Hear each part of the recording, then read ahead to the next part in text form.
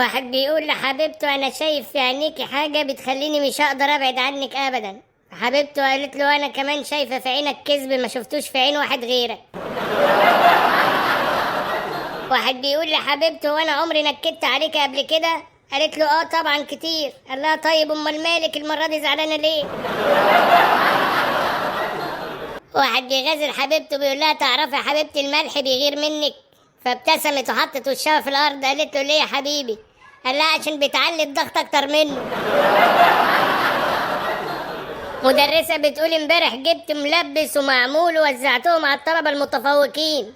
لقيت طالب كسلان راح جاب كنافة وبسبوسة ووزعهم على السقطين. واحد بيسأل واحد عجوز بيقول له لو سمحت يا حاج اروح ازاي مستشفى العظام؟ قال له غمض عينك وعدي الشارع وهم هيوصلوك.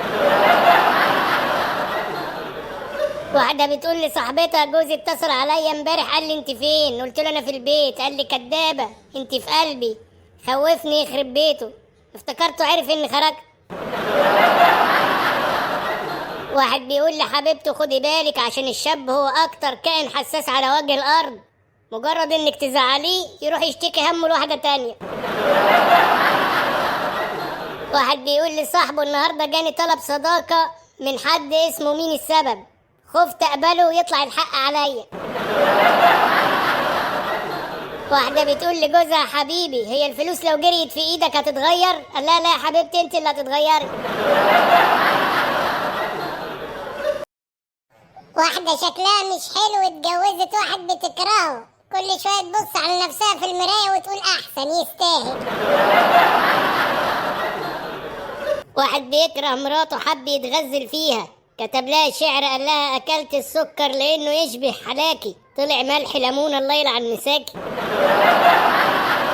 محدش دخل امتحان عربي طلبوا منه يكتب 10 صفح تعبير، كتب في أول صفحة ركب حسن الخيل، وكتب في آخر الصفحة 10 نزل حسن من على الخيل، وفي وسط 10 صفحات كتب درجن درجن درجن درجن. شاب راح يقدم على وظيفة في شركة رفضته، قالوا له مش هينفع عشان انت لسه أعزب. قال لهم وانتوا بتقبلوا المتجوزين بس ليه؟ قالوا له أولا بيكونوا متعودين على البهدلة، ثانيا ما بيحبوش يروحوا البيت بدري. واحدة كل ما تجيب ولد يموت راحت شرحت الموضوع للدكتور، قال لها جدهم عايش؟ قالت له لا متوفي. قال لها خلاص تبقى وراثة.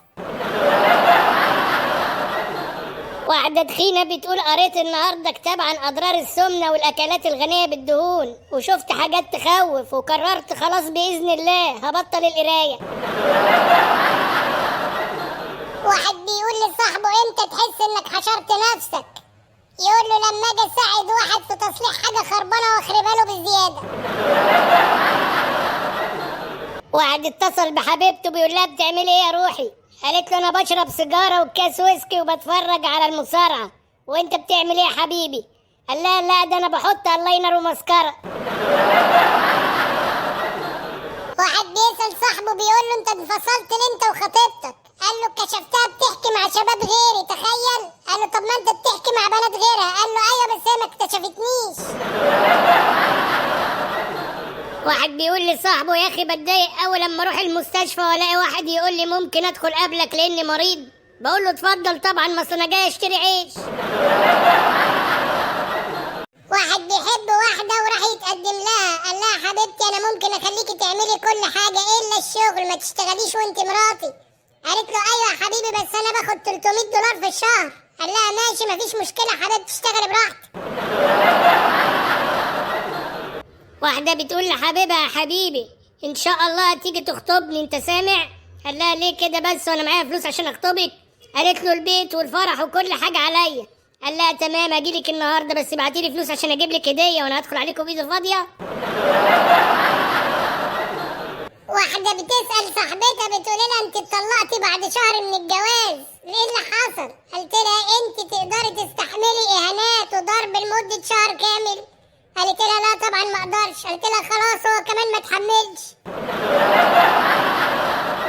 واحد متجوز واحدة على مراته في السر، كل ما التليفون يرن تقوم مراته تحط التليفون على الشاحن. انت عارف ليه يا صاحبي؟ ليه؟ عشان مسجل اسمها البطارية منخفضة.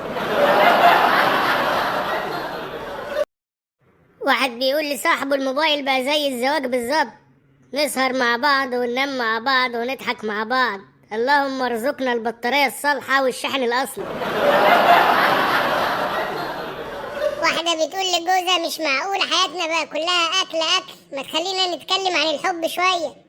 قال لها على كلامك والله أنا بحب الشاورما.